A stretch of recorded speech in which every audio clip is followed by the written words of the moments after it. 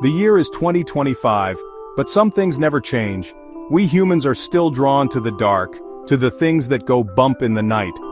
Horror, as a genre, has always held a strange power over us. It's a thrilling escape, a way to confront our deepest fears in a safe environment. A good horror story will stay with you long after you've turned the last page. It burrows into your brain, plants its seeds, and waits for the right moment to bloom. This year has already brought us a bounty of terrifying tales, books that promise to keep you up at night, clutching your blankets, every creak of the house a potential monster. Two books in particular have caught my eye.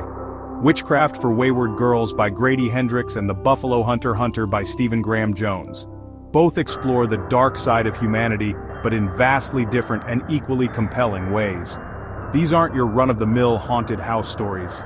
These are stories about real monsters, the ones that walk among us disguised as ordinary people. They'll make you question who you can trust and what lurks beneath the surface of your own reality. So, if you're brave enough, join me as we delve into the dark heart of these two terrifying reads. Grady Hendrix has a knack for taking the familiar and twisting it into something unsettling. Witchcraft for Wayward Girls is no exception. Set in 1970s Florida, the story revolves around a group of teenage girls living in a home for unwed mothers. These girls are ostracized, abandoned by their families and society. They're desperate for a way out, a glimmer of hope in their bleak existence. They find that hope in the most unlikely of places, an old book of witchcraft. At first it's just harmless fun, a way to pass the time and reclaim some sense of power. But as their spells grow more potent, so too does the danger. The girls soon realize that they've stumbled upon something ancient and powerful, something that could destroy them all.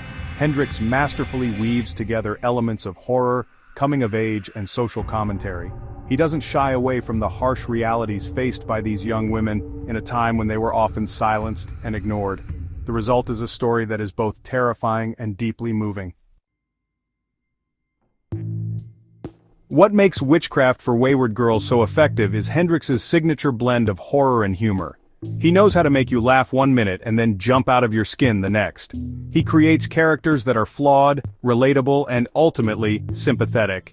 You find yourself rooting for them even as they make questionable decisions that lead them deeper into danger. The setting of 1970s Florida is also crucial to the story's success. Hendrix captures the era perfectly, from the music and fashion to the social and political climate. It was a time of great change and upheaval, a time when the old ways were being challenged by the new. This sense of unease and uncertainty permeates the novel, creating a palpable atmosphere of dread. Hendrix is a master of his craft, and Witchcraft for Wayward Girls is a testament to his talent.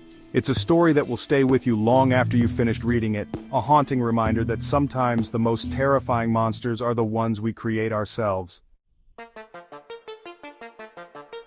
Section 4. The Buffalo Hunter, a fresh take on vampires.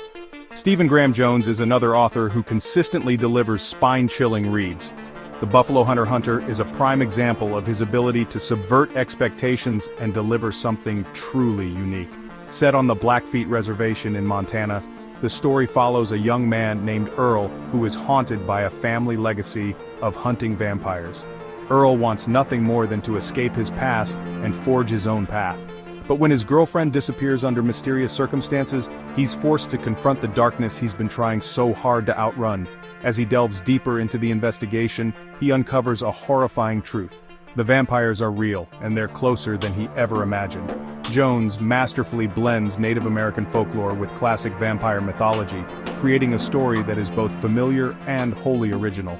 He doesn't shy away from the brutal realities of reservation life, tackling issues of poverty, addiction, and systemic racism with unflinching honesty.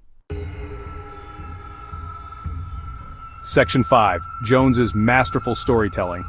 What sets the Buffalo Hunter apart is Jones's masterful use of language and pacing.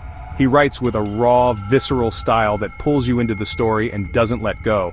The tension builds slowly and steadily, culminating in a climax that is both shocking and inevitable. Jones also excels at creating complex and relatable characters. Earl is a deeply flawed protagonist, but his struggles feel real and earned. You understand his motivations, even when you question his actions. The supporting cast is equally well drawn, each character adding another layer of depth and intrigue to the story. The Buffalo Hunter is a powerful and disturbing novel that will stay with you long after you've finished reading it. It's a story about family, legacy, and the monsters that lurk in the shadows of our own hearts. So there you have it. 2 books, 2 very different takes on horror, both guaranteed to keep you up at night. Witchcraft for Wayward Girls and The Buffalo Hunter are proof that the horror genre is alive and well, constantly evolving and pushing boundaries. So turn off the lights, settle into your favorite reading chair, and prepare to be terrified. And if you find yourself looking over your shoulder, don't say I didn't warn you. Sweet dreams. What are your favorite horror novels? Share your recommendations in the comments below. I'm always on the lookout for a good scare.